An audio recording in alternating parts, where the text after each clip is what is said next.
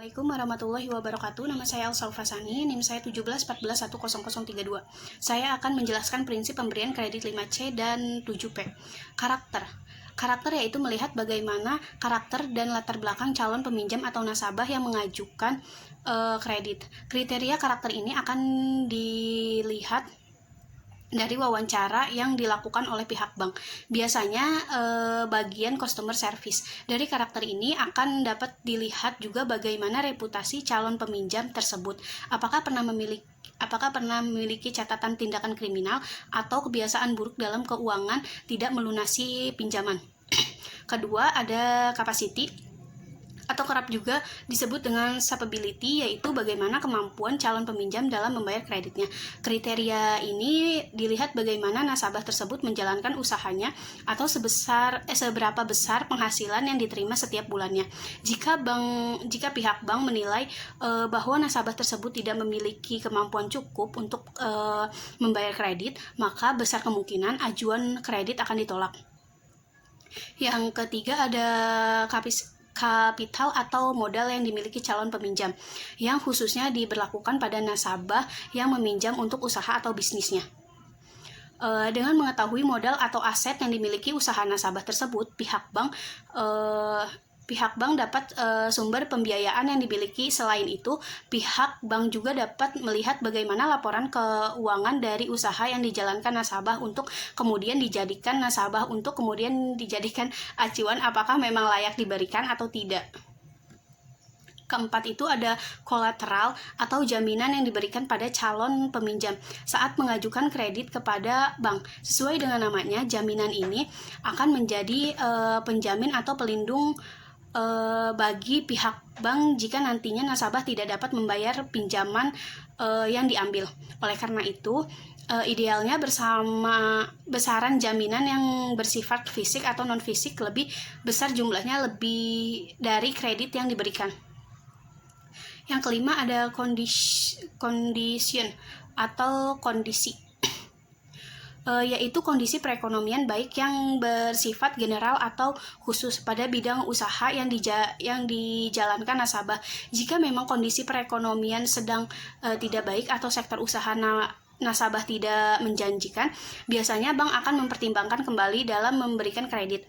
Hal ini terkait kembali dengan bagaimana kemampuan nasabah dalam membayar pinjaman nanti, yang tentu terpengaruh atas kondisi ekonomi. Terus prinsip pemberian kredit 7P. Yang pertama ada personality, yaitu kepribadian dari calon peminjam yang mengajukan kreditnya. Kriteria ini hampir sama dengan kredit karakter dari prinsip 5C yang telah dijelaskan di atas, di mana melihat bagaimana keseluruhan kepribadian nasabah mencakup sikap dan perilaku sehari-hari. Yang kedua ada party. Yang kedua dalam prinsip 7P adalah party, di mana calon peminjam dimasukkan ke dalam beberapa golongan yang terkait dengan kondisi keuangannya. Biasanya pihak bank mengklasifikasi nasabah berdasarkan modal yang dimiliki, kepribadian, loyalitas, dan lain sebagainya. Dengan adanya perbedaan klasifikasi dan golongan ini, akan ada perbedaan pula dalam pemberian fasilitas kredit nantinya. Yang ketiga ada purpose atau tujuan dari calon peminjam dalam keuangan. Pihak bank perlu mengetahui untuk apa dana tersebut akan digunakan. Misalnya untuk modal usaha, investasi, biaya pendidikan, atau justru kegiatan konsumtif. Hal ini juga menyesuaikan dengan fokus dari bank atau lembaga keuangan tersebut. Misalnya, jika bank tersebut berfokus pada pengelolaan modal, maka akan tepat bagi nasabah yang mengajukan kredit untuk usaha. Yang keempat ada prospek. Prospek yaitu bagaimana prospek dari usaha yang dijalankan oleh calon peminjam. Tentu saja prinsip ini berlaku khusus bagi nasabah yang mengajukan pinjaman untuk modal usaha atau bisnis yang dikelolanya. Dengan mengetahui apakah usaha dan bisnis tersebut memiliki prospek ke depan yang bagus atau tidak, maka bank pun dapat memprediksi bagaimana perkiraan kemampuan bayar dari nasabah. Yang kelima ada payment.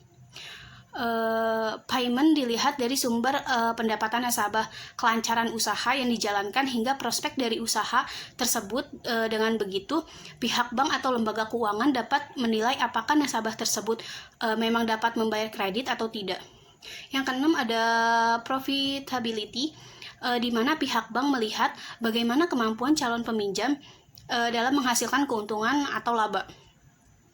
Sama seperti beberapa kriteria sebelumnya, kriteria ini lebih dikhususkan pada nasabah yang meminjam untuk keperluan usahanya. Semakin tinggi tingkat profitability dari calon peminjam, maka akan semakin tinggi pula kemungkinan kredit yang diajukan dapat disetujui bank. Yang ketujuh ada protection. Tidak jauh berbeda dengan kriteria collateral pada prinsip 5C itu. Kriteria protection ini juga mengacu pada jaminan yang dapat dikerjakan oleh calon peminjam selain jaminan berupa barang seperti aset, rumah, atau perusahaan. Protection ini juga dapat berupa jaminan asuransi yang dimiliki oleh nasabah. Akan menjawab pertanyaan nomor 2. Kalisa ingin menerbitkan deposito berjangka waktu 3 bulan pada bank YZ dengan nominal 300 juta. Pembayaran bunga langsung masuk ke dalam rekeningnya yang berada di bank tersebut. Bunga yang diberikan oleh pihak bank sebesar 10% per tahun dan dikenakan pajak 15%. Berapakah jumlah bunga yang dibayar bank setiap bulannya? Dan hitung pula jumlah bunga yang diterima oleh Kalisa selama jangka waktu 3 bulan. Jawabannya yaitu bunga sama dengan 10% dikali 300 juta dibagi 12 bulan dikali 1 bulan. Hasilnya itu 2.500.000 dan pajak 15% dikali 2.500.000. Hasil dari sini 2.500.000 yaitu 375. Bunga bersih 2.500.000 dikurangi 375 yaitu 2.125. Nah, 2.500.000 itu dari hasil yang bunga dan 375 itu hasil dari pajak. Terus, maka jumlah bunga yang dibayar bank setiap bulannya oleh Kalisa sebesar 2.125. Namun, jika bunganya diambil setelah jatuh tempo perhitungannya, yaitu bunga 10% dikali 300 juta dibagi 12 bulan dikali 3 bulan, yaitu 7.500.000. Pajaknya 15% dikali 7.500.000, hasilnya itu 1.125. Nah, bunga bersihnya itu 7.500.000 dikurangi 1.125, hasilnya itu 6.375.000. Maka jumlah bunga yang diterima oleh Kalisa selama 3 bulan yaitu sebesar 6.375.000. Akan menjelaskan tujuan umum manajemen pemasaran bank, yaitu ada 4. Yang pertama, memaksimumkan konsumsi sehingga dapat menarik nasabah untuk membeli produk yang ditawarkan bank secara berulang-ulang, memaksimumkan kepuasan konsumen melalui berbagai pelayanan yang diinginkan nasabah, memaksimumkan pilihan ragam produk dan arti bank menyediakan berbagai jenis produk bank sehingga nasabah memiliki beragam pilihan. Yang keempat ada memaksimumkan mutu hidup dengan memberikan berbagai kemudahan kepada nasabah dan menciptakan iklim yang efisien. Saya akan menjelaskan 5 konsep dalam pemasaran. Yang pertama ada konsep produksi. Konsep ini merupakan salah satu falsafah tertua yang menjadi penuntun para penjual dan merupakan konsep yang menekankan pada volume produksi yang sebesar-besarnya dengan harga yang serendah-rendahnya. Yang kedua ada konsep produk. Konsep ini meyakinkan bahwa konsumen akan menyenangi produk yang menawarkan mutu dan kinerja yang paling baik serta keistimewaan yang mencolok, sehingga konsep ini menimbulkan adanya marketing myopia atau pemandangan yang dangkal terhadap pemasaran. Konsep produk merupakan konsep yang menekankan pada kualitas, penampilan, dan ciri-ciri yang terbaik. Yang ketiga ada konsep penjualan. Konsep ini biasanya diterapkan pada produk-produk asuransi, ensiklopedia, atau kaplingan-kaplingan pemakaman. Juga untuk lembaga nirlaba seperti partai politik. Dalam konsep ini, kegiatan pemasaran ditekankan lebih agresif melalui usaha-usaha promosi yang gencar. Yang keempat ada konsep pemasaran. Konsep ini menyatakan bahwa tugas perusahaan adalah menentukan kebutuhan, keinginan, dan minat pasar sasaran dan memberikan kepuasan yang diinginkan secara lebih efektif dan efisien dibandingkan para persaing sehingga dapat mempertahankan dan mempertinggi kesejahteraan masyarakat.